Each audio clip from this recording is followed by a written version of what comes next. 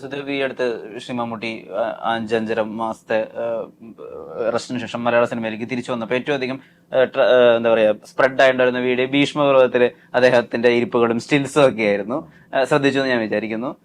ഈ ഭീഷ്മപർവ്വതത്തില് ഏറ്റവും അവസാനം ഒരു കാറിന്റെ അടുത്ത് പാർക്കിങ്ങിനകത്ത് അദ്ദേഹത്തെ കൊല്ലാൻ വേണ്ടി കുറെ ഗുണ്ടകൾ അയക്കുന്ന സമയത്ത് ഈ കാറിന്റെ ലൈറ്റ് ഓൺ ചെയ്തിട്ട് ഹലോ എന്ന് പറയുന്ന ഒരു സൈൻ ഉണ്ടല്ലോ, അതായത് നിങ്ങളെ അവസാനിപ്പിക്കാൻ ഞാൻ പോവാണ് ടാറ്റ എന്ന് പറഞ്ഞിട്ട് കാണിക്കുന്നത് ജസ്റ്റ് ഒരു ലൈറ്റ് ഓൺ ചെയ്തിട്ട് ചെയ്യുന്നത്. സോ ഈ ലൈറ്റ് ഓൺ ചെയ്തിട്ട് ഇത് ചെയ്യുന്നത് സുദേവിന്റെ ഓൺ ഇംപ്രവൈസേഷൻ ആയിരുന്നു അതോ അത് അമലേട്ടൻ പറഞ്ഞതായിരുന്നു? അമലേട്ടൻ ലൈറ്റ് ഓൺ ചെയ്തിട്ട് ഹായ് എന്ന് പറയാൻ പറഞ്ഞത്. അത് എങ്ങനെയാ ചെയ്യേണ്ടത് അത് ആക്ടറുടെ സ്റ്റൈലാണല്ലോ. ഈ അതിനകത്ത് ഈ രാജന് എല്ലാ ഷോട്ട് എടുത്തു വെച്ചാലും അയാൾക്കൊരു വളരെ ഒരു പൈശാചിക ഭാവം ഉണ്ടാവും അയാളുടെ മുഖത്ത്. ഐ മീൻ ഒരു ഡെവിലിഷ് നേച്ചർ ഉണ്ടാവും. ഈവൺ ഇപ്പൊ അത് ഇങ്ങനെ ഭക്ഷണം കഴിച്ചുകൊണ്ടിരിക്കുന്ന സമയത്ത് ഇനി അടുത്ത വർഷം ഒരു വട്ടം കൂടി ചോറ് കൂട്ടണം, അപ്പൊ പച്ചടി ആയാലും കിച്ചടി ആയാലും പച്ചവെള്ളം ചവയ്ക്കും പറയുന്ന സമയത്ത് ഇയാൾ ഈ ഫുഡ് പ്ലക്ക് ചെയ്തെടുക്കുന്നുണ്ട് ഇങ്ങനെ പല സൈഡിൽ നിന്ന് ഇങ്ങനെ അങ്ങനെ ഒരു കാര്യം ചെയ്തിട്ടാ ഈ അമ്മമ്മയോട് സംസാരിച്ചോണ്ടിരിക്കുന്നത്. അപ്പൊ പോലെ ഒരു ഡെവിലിഷ് നേച്ചർ ഉണ്ടായിരിക്കും. അതെത്താൻ വേണ്ടിട്ട് how do prepare for your self? ഇത് ഞാൻ അത് കറക്റ്റാണ്. ഇത് അല്ല, അത് ആ ക്യാരക്ടറുടെ മോട്ടിവേഷൻ അകത്ത് വെച്ച മതി, അത് തന്നെ കാണും. തോന്നുന്നു ചില സമയത്ത് നമ്മള് ടേക്ക് കഴിഞ്ഞിട്ട് പോയി മോണിറ്ററിൽ കാണുമ്പോഴാണ് നമ്മൾ എന്തൊക്കെ ചെയ്തെന്ന് മനസ്സിലാവും. എന്തൊക്കെ വന്നു എന്ന് പറയാൻ പറ്റില്ല. ചിലപ്പോ നെക്സ്റ്റ് ടേക്ക് പോയി കഴിഞ്ഞാൽ ഈ സാധനം ആയിരിക്കില്ല, വേറെ അത് ക്യാരക്ടറുടെ മോട്ടിവേഷൻ അകത്ത് നമ്മൾ വെച്ചിട്ടുണ്ടെങ്കിൽ അത് എങ്ങനെയെങ്കിലും ഒക്കെ പുറത്ത് എക്സ്പ്രസ് ചെയ്യും. നമുക്കത് ഫോഴ്സ്ഫുള്ളി എക്സ്പ്രസ് ചെയ്യേണ്ട ആവശ്യമില്ല. ഫോഴ്സ്ഫുള്ളി എക്സ്പ്രസ് ചെയ്യുമ്പോഴാണ് ഓഡിയൻസ് ഡിസ്കണക്ട് ആയി പോണത്. ഇപ്പൊ ഞാനൊരു തമിഴ് പടത്തിന്റെ ഒരു ടീസർ കണ്ടിരുന്നു. ശ്രദ്ധിക്കാൻ കാര്യം കാലയ വെങ്കട്ട് അതിനെ പറ്റി ഒരു റിവ്യൂ പറയുന്ന ഒരു റീല് കണ്ടിട്ടുണ്ടായിരുന്നു. അപ്പൊ അതിന്റെ പോസ്റ്റേഴ്സ് നോക്കുന്ന സമയത്ത് ശ്രീരേഖ അതിൽ ഈ നാക്ക് ഇങ്ങനെ കടിച്ചു വെച്ചിട്ടൊരു ഇതുണ്ടായിരുന്നു. അപ്പൊ ഈ തമിഴ് കൾച്ചറിൽ ഈ നാക്ക് കടികൾക്ക് പോലും വലിയ അർത്ഥങ്ങളുണ്ട്. ഇപ്പൊ ഒരാൾ മരിച്ച് കിടക്കുമ്പോൾ നാക്ക് കടിക്കുന്നതും അല്ലെങ്കിൽ അവർക്ക് ദേഷ്യം വരുമ്പോൾ നാക്ക് കടിക്കുമ്പോഴോ ഒരു എക്സൈറ്റ് ചെയ്ത് നാക്ക് കടിക്കുന്നതിനൊക്കെ വ്യത്യാസങ്ങളുണ്ട്. നമ്മള് വെറുതെ പോയിട്ട് അവിടെ അങ്ങനെ നാക്ക് പുറത്തിട്ട് കടിച്ചാൽ പോലും ആളുകൾ പറയും ഇങ്ങനെ ചെയ്തത് തമിഴ്നാടാണ്, ഇവിടെ അർത്ഥം വേറെയാണ് എന്നുള്ളത്. ഇതിനെ പറ്റിയിട്ട് പഠിക്കുന്നതും അല്ലെങ്കിൽ ഇങ്ങനെ മനസ്സിലാക്കുന്നതും അതൊരു ആക്ടർ എന്നുള്ള രീതിയിൽ എക്സൈറ്റിംഗ് ആയിട്ടുള്ള ഒരു ഏരിയ ആണോ? നമുക്ക് ഇപ്പൊ ഒരു ആക്ടർ ആവാൻ അല്ലെങ്കിൽ ആക്ടർ ആണെന്നൊരു ബോധം വന്നു കഴിഞ്ഞാൽ പിന്നെ നമുക്ക് ബാക്കിയുള്ളതൊക്കെ എക്സൈറ്റ്മെന്റ് ആണ്. നമ്മളെ സംബന്ധിക്കുന്ന ഏതൊരു കാര്യവും, സിനിമയെ സംബന്ധിച്ച് ഈവൻ സിനിമയെ കുറിച്ച് സംസാരിക്കുന്നത് പോലും എക്സൈറ്റ്മെന്റ് ആണ്. അപ്പോൾ അതുമായിട്ട് ബന്ധപ്പെട്ട കാര്യങ്ങളെ കുറിച്ച് കൂടുതൽ നമ്മളെപ്പോഴും നമ്മളൊരിക്കലും ഞങ്ങളെന്ന് പറഞ്ഞാൽ ഞാനൊക്കെ ഏറ്റവും ലാസ്റ്റ് നിൽക്കുന്ന ആളായിരിക്കാം. നമുക്ക് ഈ ഒരു ഫീൽഡിലുള്ള ഒരാളും റെസ്റ്റ് ചെയ്യുന്നില്ല. നമ്മളും പ്രിപ്പയർഡ് ആണ്, നമ്മൾ അപ്ഡേറ്റഡ് ആയിക്കൊണ്ടേയിരിക്കുകയാണ്. ഞങ്ങൾ ചിലപ്പോൾ അറിയുന്ന പോലും ഉണ്ടാവില്ല മറ്റുള്ളവരെ ഞങ്ങൾ ഒബ്സർവ് ചെയ്യുന്നത്. ഞങ്ങൾ പോലും ഞങ്ങളുടെ മനസ്സ് പോലും അറിയുന്നുണ്ടാവില്ല ഞങ്ങൾ ഒബ്സർവ് ചെയ്യുന്നത്. നമുക്ക് ഇഷ്ടപ്പെട്ട ആളുകൾ അല്ലെങ്കിൽ നമ്മുടെ പെട്ടെന്ന് ശ്രദ്ധയിൽ പതിയുന്ന ഒരാളുകളുടെ മാനറിസംസോ അവർ ചെയ്യുന്ന അവരുടെ നോട്ടത്തിന്റെ രീതിയോ ഒന്നും നേരത്തെ പറഞ്ഞ പോലെ നേരത്തെ ഫുഡ് പ്ലക്ക് ചെയ്ത് നമ്മുടെ അടുത്ത് അതൊന്നും ചിലപ്പോൾ ഞങ്ങൾ അറിയുന്ന പോലും ഉണ്ടാവില്ല. അതൊക്കെ വളരെ നാച്ചുറലായിട്ട് ഒരു സംഭവിച്ചു പോകുന്നതാണ്. അപ്പൊ ഇത് അവിടെ ചെന്നപ്പോ എന്നോട് നാക്ക് കടിക്കാനൊന്നും പറഞ്ഞിട്ടൊന്നുമില്ല. ശരിക്കും അതൊരു ഭയങ്കര ദേഷ്യത്തില് ഇങ്ങനെ അതൊരു ഫൈറ്റ് സീക്വൻസ് ഉണ്ടായിരുന്നു എനിക്ക് ആ ചിത്രത്തിൽ. ഫൈറ്റ് ചെയ്യുന്നുണ്ട്. അപ്പൊ ആ ഫൈറ്റിന്റെ ഭാഗമായിട്ട് ചെയ്ത ആവാനാണത് വഴി. ആ നാക്കുകടിയുടെ കാര്യം ഓർത്തപ്പോഴാണ് ഞാൻ ഓർക്കുന്നത്, ഞാൻ നാക്ക് കടിച്ചിരുന്നു അല്ലേന്ന്. അത് ആ ഫൈറ്റിന്റെ ഭാഗമായിട്ട്. ഇപ്പൊ പലപ്പോഴും നമ്മൾ ഈ ജേർണലിസ്റ്റുകളായിട്ട് ബന്ധപ്പെട്ട ആളുകൾ പറയുന്ന ഒരു കാര്യമാണ് ജേർണലിസ്റ്റുകളുടെ ന്യൂസ് കാണുന്നില്ല എന്നുള്ളത്. ഐ മീൻ നമ്മൾ നോർമൽ ബാക്കിയുള്ള ന്യൂസുകൾ അല്ലെങ്കിൽ ബാക്കിയുള്ള അപ്ഡേറ്റ്സ് നമ്മൾ ബാക്കിയുള്ള സാധാരണ ആളുകൾ ടി വി വെച്ചിട്ടോ അല്ലെങ്കിൽ അവരുടെ മൊബൈലിലോ കാണുന്ന പോലെ ന്യൂസ് കാണുന്നില്ല എന്നുള്ളത് കാര്യം. അല്ലെങ്കിൽ പത്രം ജേർണലിസ്റ്റുകൾ വായിക്കുന്നില്ല എന്നൊരു ആക്ഷേപം ഉണ്ടാവാറുണ്ട്. ഇതേ കാര്യം ആക്ടേഴ്സിനെ പറ്റിയിട്ടും പറയാറുണ്ട്. ഇപ്പൊ നമ്മൾ പലപ്പോഴും ആക്ടേഴ്സിനോട് സംസാരിക്കുമ്പോൾ ആ പടം കണ്ടിട്ടുണ്ടോ ചോദിക്കുമ്പോൾ ഇല്ല എനിക്ക് അങ്ങനെ സമയം കിട്ടിയിട്ടില്ല. ആലിയ ഭട്ടൊക്കെ ഓപ്പൺ ആയിട്ട് സംസാരിച്ചിട്ടുണ്ട്, ഞാൻ ഗോഡ് ഫാദർ ഇതുവരെയും കണ്ടിട്ടില്ല എന്നുള്ളതായൊക്കെ. നിങ്ങൾ ആസ് ആൻ ആക്ടേഴ്സ് സിനിമ കാണാനും അല്ലെങ്കിൽ ആസ് എ ഫിലിം മേക്കർ ഇപ്പോഴും സിനിമ കാണാനും സിനിമയെ പറ്റി വായിക്കാനും സിനിമയെ പറ്റി അറിയാനും ഒക്കെ സമയം നീക്കി വെക്കുന്നുണ്ടോ? എന്റെ പൊന്നു ബ്രോ, അതല്ലാതെ വേറൊരു പരിപാടി സിനിമ കാണൽ ആണ് നമ്മുടെ മെയിൻ. ഇപ്പൊ അത് കഴിഞ്ഞിട്ടേ ഉള്ളൂ എന്തും. സിനിമ കാണൽ ഇപ്പം ദേഷ്യം ഉള്ളില് വിഷമം ഉണ്ടെങ്കിലും സിനിമ കാണും, സന്തോഷം ഉണ്ടെങ്കിലും സിനിമ കാണും, എന്താണെങ്കിലും സിനിമ തന്നെയാണ് കണ്ടോണ്ടിരിക്കുന്നത്.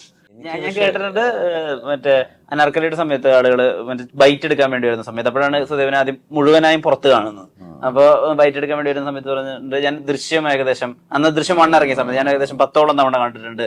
അദ്ദേഹം എങ്ങനെയാണ്, ലാലേട്ടൻ എങ്ങനെയാണ് അത് അത്രയും സട്ടിലായി ചെയ്തതെന്ന് പഠിക്കാൻ വേണ്ടി ഞാൻ 10ഓളം തവണ കണ്ടിട്ടുണ്ട്. ഇപ്പോഴും അങ്ങനെ ഉള്ള സമയം കിട്ടുന്നുണ്ടോ?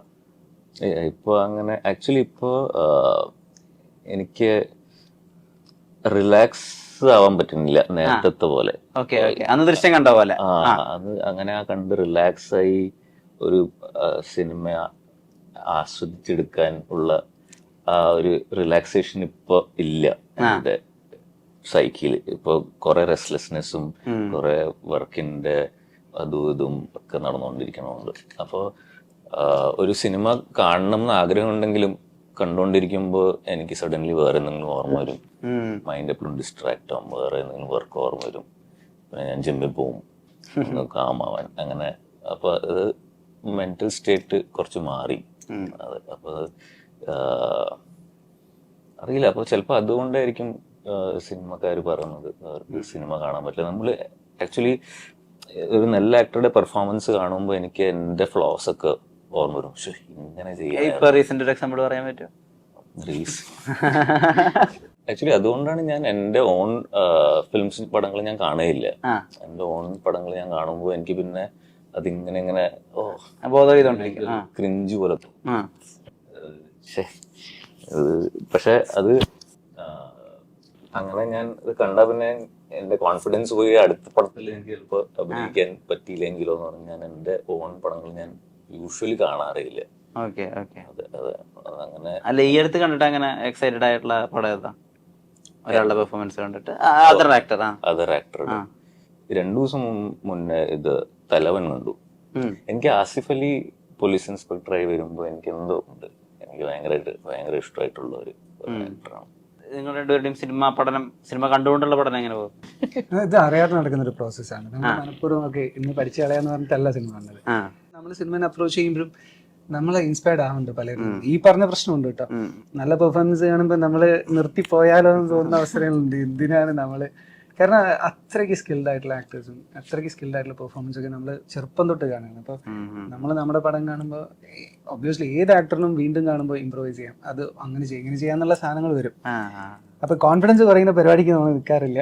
ഈ കമ്പാരിസൺസ് വരുമ്പോൾ ഒബ്വിയസ്ലി നമ്മൾ എല്ലാ സമയത്തും പഠിച്ചുകൊണ്ടിരിക്കുക, കുഞ്ഞിതായിട്ട് പഠിച്ചുകൊണ്ടിരിക്കുക. വി കാണ്ട് ഒരു ആക്ടിങ് എന്ന് പറയുന്നത് നമുക്ക് ഒരിക്കലും കംപ്ലീറ്റ് ചെയ്യാൻ പറ്റില്ല. എപ്പോഴും പുതിയ സാധനങ്ങളും പുതിയ രീതികളും പുതിയ അപ്രോച്ചസും ഒക്കെ വരുന്നുണ്ട്. നമ്മൾ ജസ്റ്റ് സ്റ്റാർട്ട് ചെയ്തിട്ടുള്ളൂ. അപ്പോൾ എല്ലാ സിനിമയും നമുക്ക് പാഠപുസ്തകം. സ്വയം ചെയ്യുന്ന ഇന്റർവ്യൂസ് കാണുമ്പോ ഞാൻ കാണാറുണ്ട്. ഞങ്ങൾക്ക് കാണാം. പോസ്റ്റ് പ്രൊഡക്ഷൻ ചെയ്യണത് ഞാൻ തന്നെ. എനിക്കാണെങ്കിൽ എന്റെ ഇന്റർവ്യൂസ് കാണാനേ പറ്റില്ല. അയ്യോ, ഏറ്റവും പിന്നെ ഞങ്ങളുടെ റിയാക്ഷൻ കുറവല്ലേ? അതെ അതെ, ഞങ്ങളുടെ ചോദ്യം കഴിഞ്ഞാൽ നമ്മളിങ്ങനെ ആവശ്യമുള്ള റിയാക്ഷൻ ഇത് പോസ്റ്റ് പ്രൊഡക്ഷൻ ചെയ്യണത് ഞാൻ തന്നെയാണല്ലോ. ശരിയൊക്കെ പറയും. അല്ല, ഇത് തന്നെയാണ് നമ്മള് ഇപ്പം മൂവി